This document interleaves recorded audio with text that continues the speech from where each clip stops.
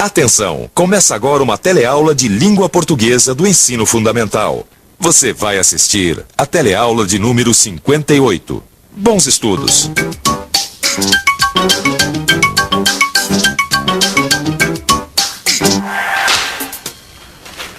Rapaz, eu tô lendo aqui sobre aquele show no Maracanã. Parece que foi um sucesso, hein? Bom, eu acabei de ler sobre essa mesma notícia aqui e eu fiquei com a nítida impressão de que esse show foi praticamente um fiasco, viu? Como é que pode?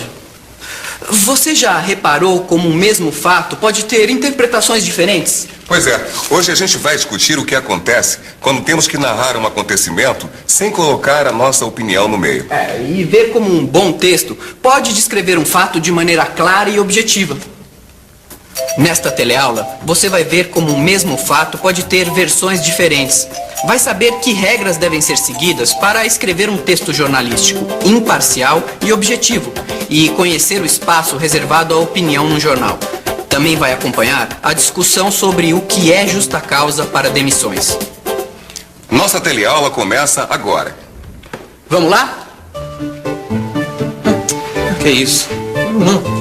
Mas escanteio, cara. Escanteio? Olha isso aí, lateral, escanteio, olha lá direito. O Bandeirinha tá acumulando Ah, Alencar também, tá imagina, louco. pô. Que é isso? Por favor, pô. Ah, não. Que é isso, rapaz? Olha o contra-ataque dos caras, tá tudo aberto. Vai entrar.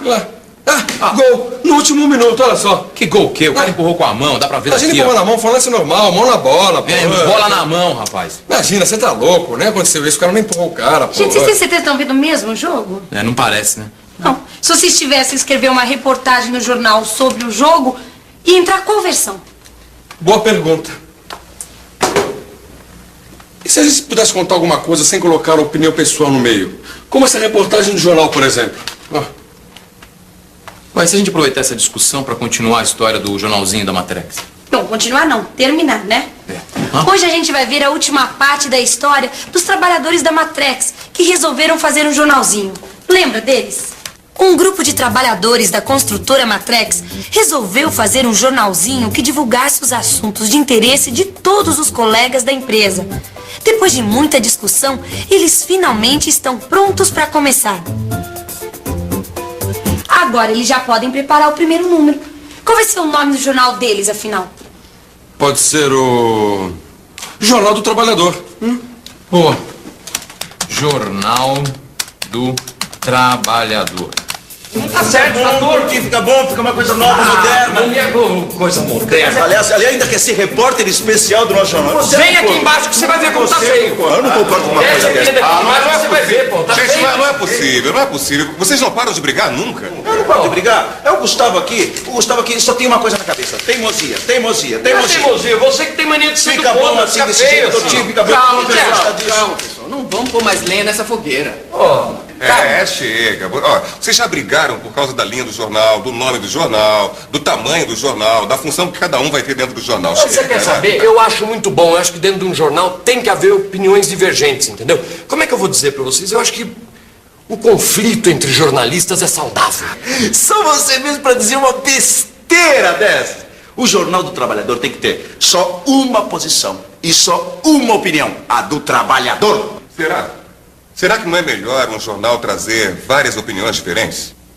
Se um jornal deve ter uma opinião ou publicar várias opiniões, o jornal deve fazer as duas coisas. Deve ter a sua opinião, que deve ser publicada em um espaço reservado, geralmente nos editoriais, e deve dar espaço para as opiniões representativas na opinião pública em geral. Além disso, deve dar também espaço para que seus leitores expressem as suas próprias opiniões em locais reservados para isso. A função de um editorialista num grande jornal é basicamente propor, discutir e redigir os textos que expressarão a opinião do jornal enquanto instituição, enquanto empresa no dia seguinte. Normalmente, os grandes jornais têm um espaço fixo, onde são publicados os artigos dos editorialistas, que a gente chama de editorial. Além de sua própria opinião, os jornais abrem espaço para a opinião de outras pessoas, que nesse caso assinam embaixo de seus artigos. Que todo jornal tem sua opinião, tudo bem. E agora, na hora de contar um fato qualquer, será que a opinião do jornalista não interfere? A gente podia aproveitar a nossa história discutir sobre isso. Você acha que se o Jeremias e o Gustavo, que brigam por tudo, escrevessem sobre o mesmo fato, vão contar a mesma coisa? Eu quero ver eles escreverem sobre o beijo fatal. Beijo fatal? Tá aqui, ó. Eu recortei a notícia. Uma moça foi despedida porque beijou o namorado durante o expediente. Pudera. Ela queria o quê? Não, peraí, Alencar. Perdeu o emprego por causa de um beijinho? Vocês já estão interpretando a mesma coisa de maneiras diferentes. Agora eu quero ver como o jornalzinho da Matrex vai tratar do assunto. Sabe, eu estava examinando vários jornais diferentes, aí eu vi uma coisa interessante. Muitas vezes o mesmo fato vem com interpretações diferentes. Tão diferentes que parece que foi o Gustavo que escreveu uma versão e o Jeremias que escreveu a outra. Peraí, gente. Fato é fato. Eu não tô entendendo. Nessa brincadeirinha, essa história... Como é que um fato pode ter duas versões? Que papo é esse? Agora vão querer brigar com a gente também. Olha aqui, por que vocês não aproveitam essa energia e vão até a cantina buscar um cafezinho, enquanto eu e o Rodrigo planejamos o próximo número? Isso, vamos lá?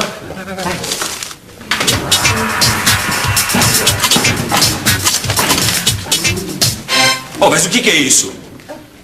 A senhora está despedida, dona Regina Souza. Eu? Por quê? Beijar boca a boca o sexo oposto durante o expediente é falta gravíssima. Mas foi só uma pitoquinha de nada. Que falso moralismo é esse? Desde quando o beijinho é justa causa pra se despedir de alguém, hein? Com licença, eu sou do sindicato que essa moça pertence e que eu saiba, namorar no trabalho nunca foi uma falta grave. É um absurdo deixar os clientes constrangidos esperando o casalzinho acabar de namorar. Já não é a primeira vez que ela faz isso. Já tinha sido advertida na semana passada. Rapaz, isso vai dar uma matéria ótima pro nosso jornalzinho. O que eu gostei foi a coincidência. A coincidência de falar o cara do sindicato na mesma hora também, bicho. Não acredito.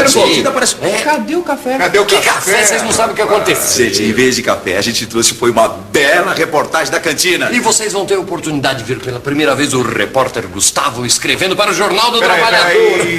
Peraí.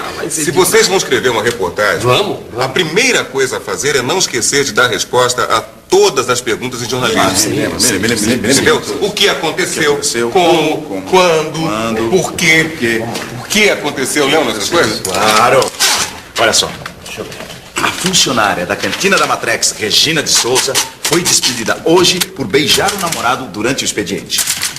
Foi despedida porque, apesar de advertida e alertada pelo gerente, insistiu em beijar o namorado na presença da clientela. O namorado estranhou o falso moralismo da medida e teve o apoio de um colega do sindicato que comentou indignado: namorar no trabalho nunca foi falta grave. Segundo o gerente, é inadmissível constranger os clientes e esperar o término da sessão de beijos para serem atendidos. O título é Falso Moralismo Provoca Demissão. Não. Vai ser Beijo Constrangedor. E agora, qual das duas reportagens a gente vai publicar? Nenhuma nem outra. A do Jeremias só inclui aquilo que é a favor da moça. A do Gustavo, tudo aquilo que é contra. A gente faz o seguinte, junta os dois textos para que o leitor tenha condição de avaliar os dois lados da questão. Uma reportagem não pode puxar a sardinha para um lado. Tem que ser imparcial. O jornalista tem que ser objetivo.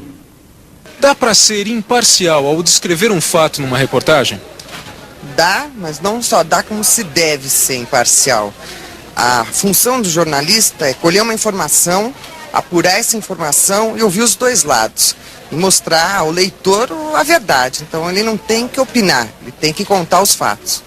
E onde fica a opinião pessoal do jornalista? Para isso é que existem os artigos, as colunas. Quando um jornalista ele quer opinar, ele escreve, ele assina um artigo. Quando ele faz uma reportagem, ele apenas conta os fatos. Veja, essa história da moça que foi despedida por causa de um beijo, é verdade mesmo? É sim, ó, não tá vendo? Eu recortei do jornal. Eu tô vendo mais uma coisa aqui. A linguagem dos jornalistas é muito simples. Tem que ser simples, clara e objetiva. Você já imaginou quem conseguiria ler um jornal inteiro se ele fosse escrito de um jeito enrolado? Enrolado às vezes fica o leitor. Que nem o caso do beijo, por exemplo. O cara dá notícia e pronto. Parece muito simples, né? Não é? Claro que não. Atrás da história da beijoqueira e do gerente, existe uma questão complicada. Onde é que está a liberdade individual do empregado? Quem é que decide o que é justa causa para ele perder o emprego? Tá aí uma coisa que eu não tinha pensado, né? É mesmo. É porque esse negócio de beijo desvia a atenção, a gente acaba não levando muito a sério. A gente ia se ligar mais se, em vez de beijo, ela fosse despedida por uma coisa mais complicada. Alcoolismo, por exemplo. Drama é o que tá faltando na nossa história. Drama. Drama. Que drama, meu Deus. O que foi, Carlinhos? O que aconteceu? Fui despedido. Despedido por quê, Carlinhos? Vacilei. Tomei uma cerveja a mais antes de vir trabalhar. O supervisor não deixou nem entrar. Ah, pô, Carlinhos, tomou uma a mais de novo? O supervisor já tinha avisado na semana passada que não ia mais aguentar esse seu problema, hein? Eu sei. É um problema. Mas podiam me dar uma força em vez de me despedir. Apesar de já ter sido alertado antes, o empregado voltou a comparecer ao trabalho embriagado.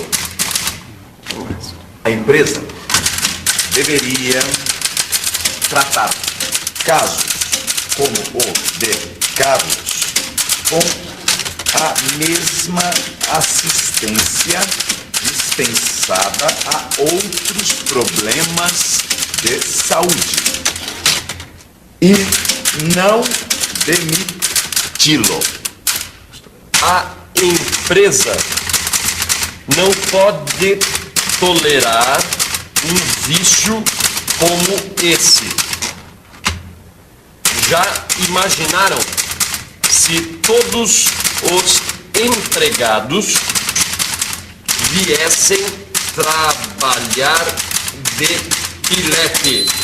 Peraí, lá vai outra vez vocês dois querendo dar opinião em lugar de escrever o que aconteceu e ponto. Não, e eu? Como é que eu fico? É justa causa me despedir só porque eu tomei uma a mais outra vez? Ou é doença? Ou é vício mesmo e dane-se? Por favor, o senhor acha que o alcoolismo é justa causa para demissão ou as empresas deveriam tratar esse problema como uma questão de saúde dos trabalhadores? Eu acho que o alcoolismo deve ser tratado como uma questão de saúde do trabalhador. O funcionário não deve ser mandado embora assim, da justa causa, e sim ser encaminhado a uma clínica, procurar um médico e ser tratado adequadamente. Deveria ser como justa causa. E não é motivo para demissão, em hipótese alguma. Na minha opinião, é uma questão de saúde, tá? As empresas deveriam tratar isso como problema de saúde. Eu não acho justo ser despedido assim. Eu vou procurar um advogado. E se tratar também, né? Também vou me tratar. É isso aí. Boa sorte, Carlinhos. Aqui está a matéria do repórter Jeremias, pronta para publicação. E aqui a do repórter Gustavo, sempre fiel aos fatos. A gente não vai publicar nenhuma das duas. Por quê? Eu sou o editor-chefe aqui e nesse jornal só sai a matéria imparcial. Jeremias puxa a sardinha do Carlinhos. Você é o da empresa. Desse jeito não dá. Puxa, Rodrigo, a gente não vai publicar essa história do Carlinhos? É uma discussão importante, hein? Claro que a gente vai publicar, Miranda. Como? Mas se você não vai publicar o texto do Gustavo e não vai publicar o texto do Jeremias, quem é que vai escrever essa matéria? Você. Veja aí em seu livro as duas versões da história dessa demissão.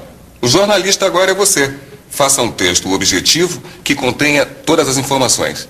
Bom trabalho. E atenção, se liga aí que é hora da revisão. Hoje você viu como um bom texto jornalístico deve ser claro e objetivo.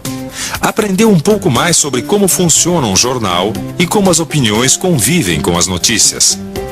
acompanhou a discussão sobre o que é justa causa quando o comportamento pessoal dos trabalhadores se confronta com as exigências da empresa. E viu o final da história dos trabalhadores que resolveram fazer um jornalzinho dentro da empresa. Essa história acaba aqui, mas na próxima teleaula a gente tem outra novinha em folha para contar para você. Até lá!